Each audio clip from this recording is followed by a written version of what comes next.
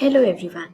आज हम पढ़ेंगे इंग्लिश एनसीईआरटी क्लास 6 की supplementary reader a pack with the sun का chapter 1 a tale of two birds. सबसे पहले हम यहाँ पे समरी पढ़ लेते हैं। A mother bird and her two young ones lived in a forest. इसमें क्या कहा जा रहा है कि एक मदर बर्ड जो थी वो अपने दो बच्चों के साथ एक फॉरेस्ट में रहती थी। The mother was killed in a storm and the young birds were separated from each other. क्या हुआ, जो मदर थी वो स्टॉर्म की वजह से मर गई और जो यंग बर्ड्स थे वो एक दूसरे से अलग हो गए। Each found a different home और दोनों को एक अलग अलग घर मिला। So this is the summary of the story. Now let's start. There was left a bird and two newborn babies in a forest. So एक मदर बर्ड जो कि अपने दो बच्चों के साथ रहती थी, कहाँ पर, एक फॉरेस्ट में। They had a nest in a tall shady tree and there the mother bird took care of her little ones day and night. जो मदर बर्ड थी वो अपने बेबीज के साथ कहाँ पे रहती थी, एक नेस्ट में, जो कि कहाँ पे था, एक टॉल शेडी ट्री पे। एंड वहां पे वो मदर बर्ड अपने बच्चों का ध्यान रखती थी।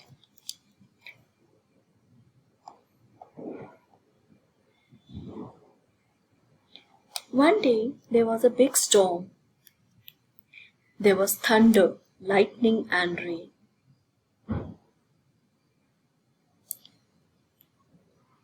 And the wind blew down many trees. So एक दिन क्या हुआ, वहाँ पे एक बहुत बड़ा तूफान आया, बहुत ही खतरनाक। Thunder, lightning and rain. And the wind blew down many trees. और उस storm की वजह से, तूफान की वजह से बहुत सारे पेड़ टूट गए। The tall trees in which the birds lived also came down.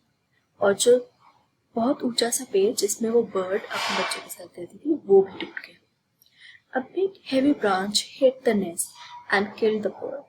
और एक बहुत बड़ी सी ब्रांच ने नेस्ट को हिट किया जिसकी वजह से जो बर्ड थी, मदर बर्ड, वो मर गई। Fortunately for the baby birds, the strong wind blew them away to the other side of the forest. Fortunately मतलब भाग्यवश। तो fortunately for the baby birds, the strong wind blew them away to the other side of the forest. तो strong wind जो थी वो दोनों बच्चों को forest की दूसरी साइड लेके जाती है। One of them came down near a cave where a gang of robbers lived. तो उनमें से एक जो था वो कहाँ पे जाके गिरा, जहाँ पे रॉबर्स रहते थे, एक केव के पास। केव मतलब गुफा and robbers मतलब चोर। The other landed outside a ऋषि's ashram a little distance away. और जो दूसरा था वो कहाँ पे आके गिरा, एक ऋषि के आश्रम के पास।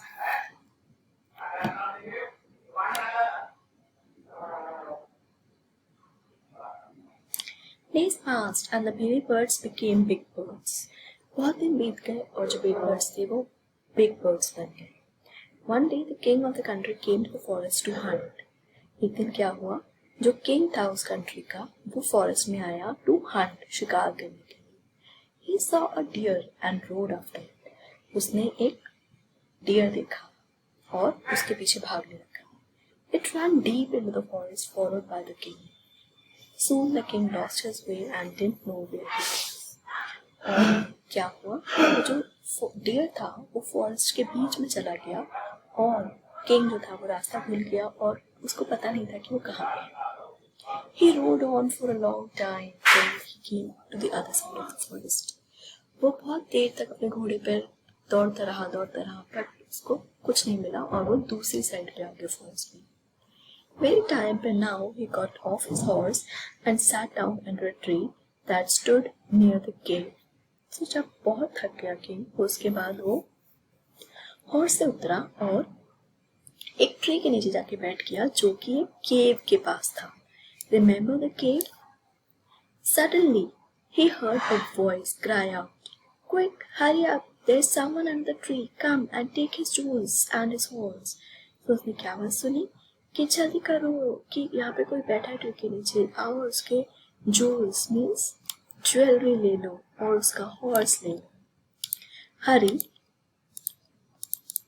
और एल्स he'll slip away. जल्दी आओ नहीं तो वो चला जाएगा। The king was amazed. He looked up and saw a big brown bird on the tree under which he was sitting. So king जो था, he was amazed.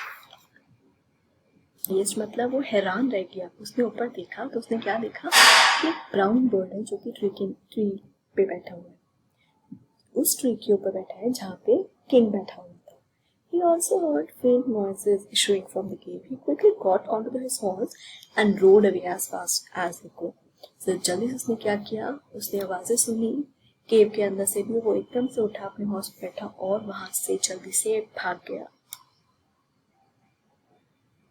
Soon he came to a clearing which looked like an ashram. It was the Rishi's ashram. तो उसने एकदम से क्या देखा, एक clearing means एक दूसरा रास्ता उसने देखा कि जो कि लग रहा था एक आश्रम की तरह, जो कि था एक ऋषि का आश्रम. The king tied his horse to a tree and sat down in its shade. इन्हें क्या किया, अपना हॉर्स जो था ट्री पे बांध दिया और उस ट्री की शेड में जाके बैठ गया. Suddenly he heard a gentle voice announce, "Welcome to the ashram, sir. Please go inside and rest. The rishi will be back soon." उसने क्या बोला कि वेलकम टू द आश्रम सर, आपका स्वागत है आश्रम में और अंदर जाइए, बैठिए और ऋषि जो है वो जल्दी आ जाएंगे. There is some cold water in the pot. Please make yourself comfortable. और उसने क्या कहा कि कुछ ठंडा पानी रखा है मटके में, उसको प्लीज मेक योरसेल्फ कंफर्टेबल, अपने आप को आराम से बैठिए. The king looked up and saw a big brown bird in the tree. He was amazed. This one looks like the other bird outside the cave. He said to him loudly. उसने क्या देखा, उसने ऊपर देखा और एक वैसे ही brown bird उस ट्री के ऊपर बैठी हुई थी. वो फिर से हैरान रह गया.